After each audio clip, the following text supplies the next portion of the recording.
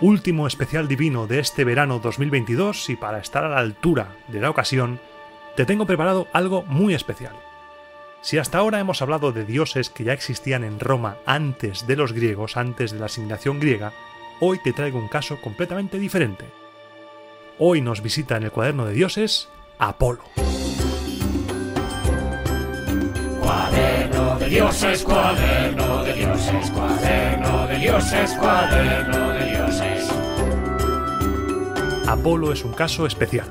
Como te he dicho en la introducción, hasta ahora hemos hablado de dioses que ya existían en Roma, antes de los griegos. Algunos autóctonos, otros tomados de otras ciudades, como Juno, que fue fichada desde Veyes tras su conquista en el año 396 por Marco Fulvio Camilo, pero el caso de Apolo fue completamente diferente. En los programas de religión te he comentado que en lo tocante a los dioses, los romanos eran muy del pragmatismo y muy de la utilidad. Yo rezo a un dios porque me va a ayudar. No le pido algo abstracto como la salvación eterna de mi alma, no. Le pido que me ayude con un negocio o contra un enemigo. Invoco a un dios en concreto para que me ayude con un problema concreto. Y si vamos a las fuentes, nos encontramos que en el año 433, Roma tenía un problema muy gordo y muy concreto. Ese año, si quieres situarte en la cronología del podcast, está dentro del programa 39, el de Espurio Melio, la conspiración del grano, Cayo Servilio Ala, un programa muy interesante que entronca con los eventos de finales de la República. Roma en esos días estaba azotada por una epidemia que provocó escasez de alimentos. Y como era costumbre, según nos cuentan, cuando en Roma sucedía algo muy grave, los duúmviros consultaron los libros sibilinos y establecieron una serie de medidas para aplacar la ira de los dioses y acabar con esa epidemia. Una de esas medidas fue construir un templo a Apolo, un dios que por aquel entonces no estaba en Roma. Era un dios griego y Roma lo adoptó tal cual. No hay equivalente romano. Trajeron al dios tal cual. El templo a Apolo médico se construyó extramuros en la zona del campo de Marte porque era una divinidad extranjera. Y se llamó Apolo médico porque lo que interesaba era que Apolo ayudara a Roma a acabar con esa epidemia. Con el tiempo y gracias a Augusto, acabó siendo un dios muy importante para los romanos, pero en un principio fue tratado como un dios extranjero al que se reclutó para el panteón con tal de que ayudara a solucionar un problema de salud pública. ¿Podemos ver, Iván, ese templo de Apolo médico todavía? Sí, pero con muchísimas comillas. Sabes que a mí me gusta hablarte de lugares de Roma en el podcast, sabes que hemos hecho alguna que otra ruta virtual tú y yo explicándote zonas, y sabes también que la zona del Teatro de Marcelo y del Foro Boario es una de las más habituales porque es que allí hay un montón de cosas.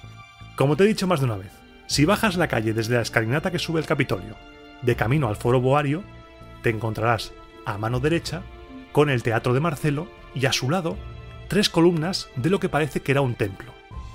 Allí estaba el templo de Apolo médico, pero lo que ves es una reconstrucción a finales del siglo I a.C., llevada a cargo por Cayo Sosio.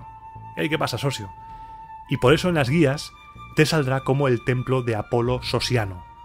Quien tuvo que pedir ayuda a Apolo fue Sosio, porque así a modo de breve anécdota te cuento que ese hombre apoyaba a Marco Antonio.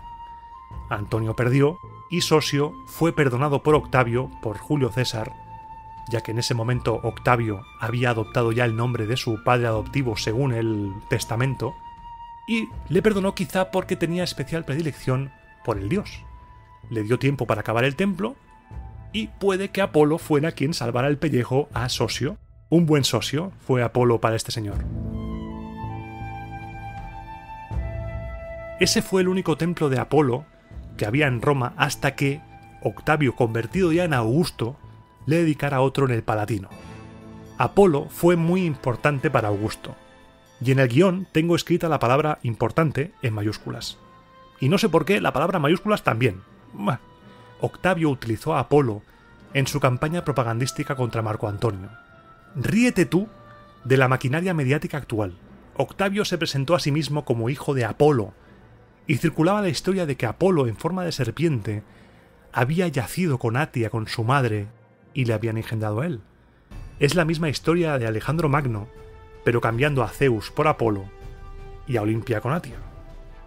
Además, la serpiente es un símbolo de Apolo, La serpiente enroscada en una vara, no confundir con el caduceo, la serpiente en una vara, la vara de Asclepio griego, Esculapio romano, es un símbolo de Apolo porque no hay que olvidar que Apolo era padre de Asclepio, Esculapio. Y tras su victoria, Octavio, ya convertido en Augusto, le dedicó un templo en el Palatino que, según cuentan las fuentes, era la Repanocha. Lo describen como una de las mejores obras, si no la mejor, de las que encargó Augusto. De mármol, con el carro solar en el techo, las puertas decoradas en oro y marfil. Plinio nos dice que en la entrada había una estatua de Apolo con un altar rodeado de 4 bueyes, donde se llevaban a cabo los sacrificios, y dentro del templo había otra estatua de Apolo y una de su hermana Diana. Augusto hizo trasladar los libros sibilinos a ese templo, que antes se guardaban en el Capitolio, ya que las sibilas eran las profetisas de Apolo. También se trasladó el colegio de sacerdotes que custodiaban los libros, los quindequémviros. Este Apolo del Palatino reunió todos los atributos de los Apolos que le habían precedido. Era el Mega Apolo. Y el templo era tan grande que el Senado se reunía en él habitualmente.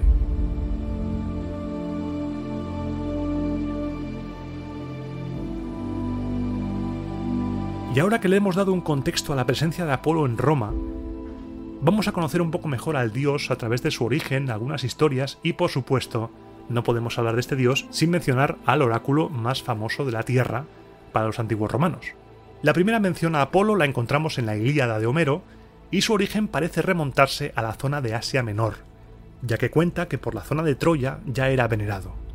Puede que de allí saltara a la Hélade, a la zona de Grecia, para unirse al panteón griego, para después, en el siglo V, ser incorporado al panteón romano. Siguiendo los textos homéricos, en él encontramos que Apolo es hijo de Zeus y Leto, y por lo tanto Apolo es un dios olímpico. Como te puedes imaginar, fue fruto de una infidelidad, y a Hera, Juno, no le sentó nada bien una nueva infidelidad de Zeus, así que la diosa prohibió a Leto dar a luz. Le prohibió dar a luz en cualquier lugar de la Tierra.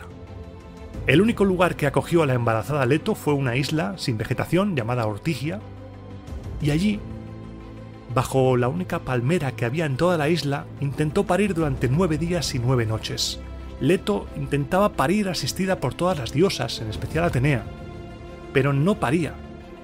No salía nada de ahí, y no salía porque Hera, en su furia infinita, había retenido en el Olimpo a la diosa Ilitía, la diosa de los partos. Las diosas acabaron sobornando a Hera con un collar de oro y ámbar que aplacó su ira, y ésta permitió a Ilitía salir del Olimpo para que Leto pudiera dar a luz arrodillada al pie de esa única palmera de la isla. Finalmente nacieron primero Diana, Artemisa, y después su hermano gemelo, Apolo.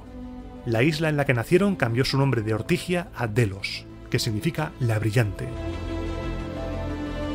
A pesar de su nacimiento accidentado, el chiquillo creció bien, gracias a unos buenos lingotazos de ambrosía, y acabó convirtiéndose en dios de las artes, del arco, de la adivinación, de la medicina, y a veces también asociado con el sol. Si lees a autores romanos, como por ejemplo Ovidio, a Apolo le llama Febo, quizá por brillante. También se llamaba Febo al sol. A veces aparecen como entidades distintas y otras se confunden. No hay que olvidar que en la mitología griega Helios era un dios independiente, pero otras veces la confunden con la misma. Este es un tema que daría para un programa en sí mismo, pero hay textos en los que Apolo y Diana son identificados como el Sol y la Luna, y de ahí quizá el follón de Diana y Endimión del programa anterior.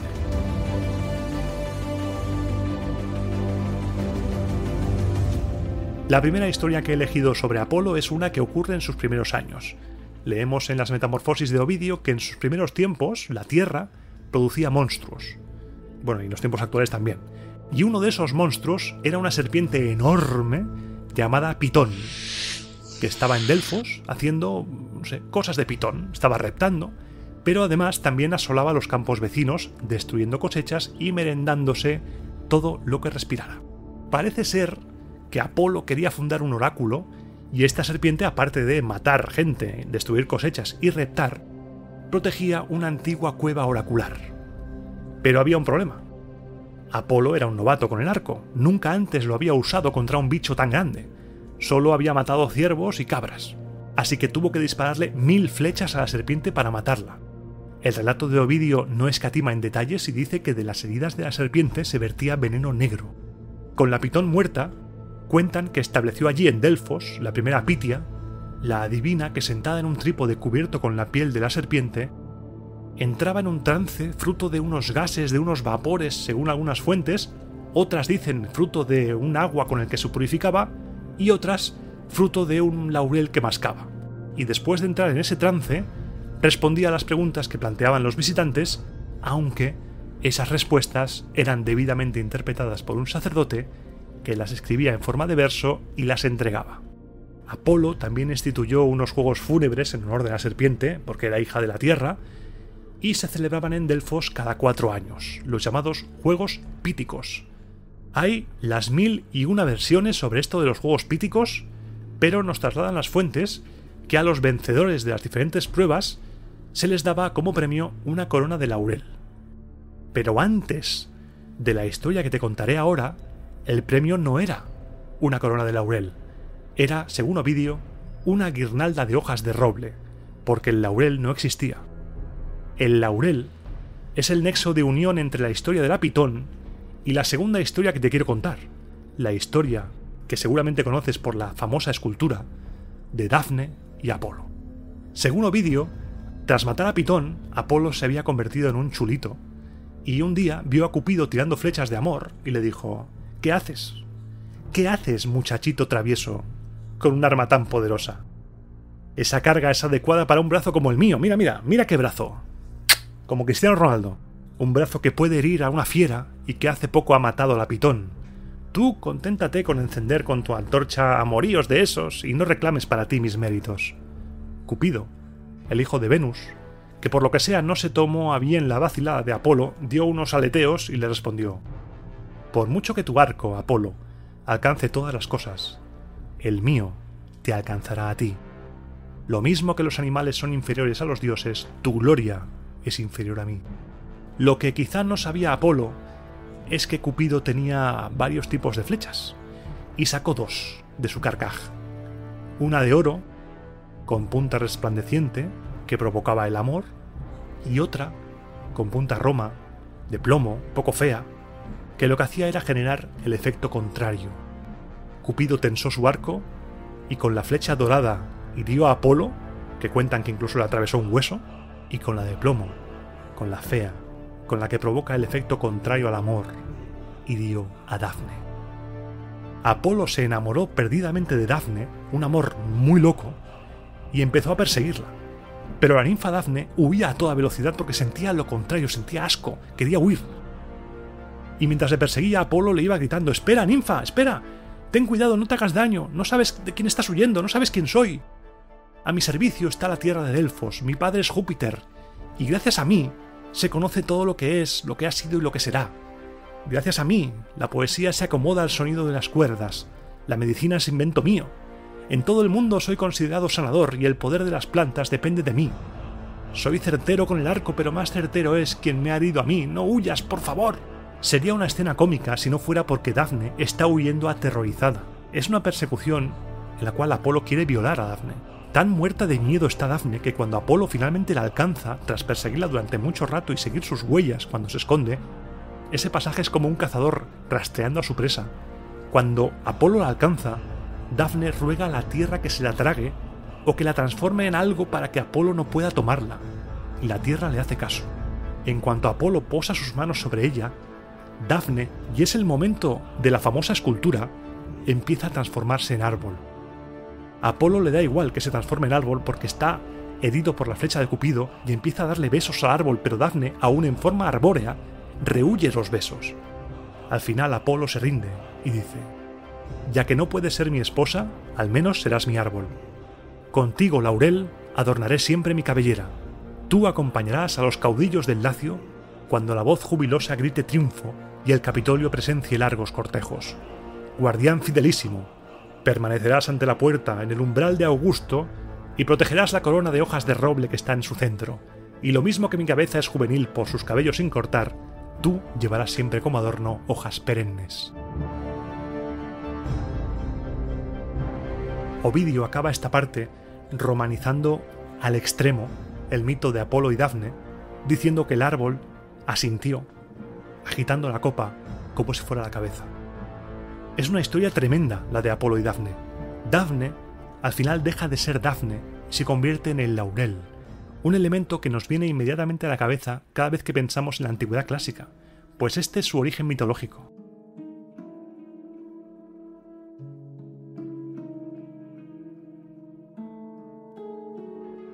Pero antes de Augusto, Apolo ya era bastante adorado en Roma. Por ejemplo, en el año 212 a.C., en su honor, se instituyeron los Juegos Apolinares para que Apolo ayudara a Roma contra Aníbal, y Plutarco nos dice que Sila era muy devoto del dios. Cuenta que siempre llevaba consigo una estatuilla de Apolo que había cogido de Delfos, comillas, comillas, y además nos cuenta que en las batallas la llevaba guardada en su pecho. Y antes de asaltar Roma y enfrentarse a las tropas de Mario, la sacó, la besó y se conjuró a Apolo. Oh Apolo Pitio, que en tantos combates has hecho afortunado a Cornelio Sila, volviéndolo radiante y grande, ¿vas a hacerlo caer ahora ante las puertas de la patria y que muera de la manera más vergonzosa junto a sus compatriotas? Le debió escuchar porque acabó venciendo. Apolo era un dios consente, un dios miembro del Consejo de Dioses presidido por Júpiter, y tiene muchas historias más. Con lo guapetón que era, tuvo romances, por ejemplo, para aburrir. Por ejemplo, con Casandra, sacerdotisa de Apolo en Troya. Apolo pactó con ella que le daría el don de la profecía a cambio de sexo. Lo podría suavizar, pero la transacción era esa. Tú me ofreces tu cuerpo y yo te ofrezco el don de la profecía. Apolo cumplió, le dio el don, pero Casandra rechazó a Apolo. Este, enfurecido, escupió en la boca de Casandra y la condenó a que nadie creyera nunca sus predicciones. Ella fue una de las que intentó avisar de que los aqueos destruirían Troya, pero nadie le hizo caso y pasó lo que pasó. Y sería un delito hablar de Apolo y no hablar de las musas, las hijas de Zeus y compañeras del séquito de Apolo, que se dedicaban a bajar a la tierra e inspirar a los mortales, susurrándoles ideas. Las musas, que eran 9, y con las que Apolo tuvo relaciones con todas y descendencia con, si no todas, la mayoría, eran, según Hesíodo, las siguientes. Calíope, musa de la elocuencia, la belleza y la poesía épica; Erató, musa de la poesía lírica amorosa; Euterpe, musa de la música; Melpómene, musa de la tragedia; Polimnia, musa de los cantos sagrados y la poesía sacra; Talía, musa de la comedia; Terpsícore, musa de la danza y de la poesía coral; Urania, musa de la astronomía, la poesía didáctica y las ciencias exactas; y nuestra favorita, Clio, la musa de la historia. Y nuestro repaso a Apolo acaba aquí. Los cuadernos de dioses volverán como siempre el verano que viene, que todavía quedan muchos dioses por conocer, y la programación habitual de Roma Eterna vuelve dentro de 15 días, el día 10 de septiembre, con una charla a la romana que se quedó en el tintero cuando hicimos la de recreación histórica con Ángel Portillo y Sergio Alejo. Esta vez hablaré con ellos sobre la ficción histórica, aprovechando que son escritores de novela histórica, y abriremos algunos melones que son jugosos de abrir, como por ejemplo si existen las auténticas historias de algo en versión novela. Intentaré tirarles de la lengua a ver qué sacamos. Y mientras sube la música, me dirijo al templo de Apolo, y a ti te espero dentro de 15 días, pasa de lista, en el próximo programa de Roma a Eterna.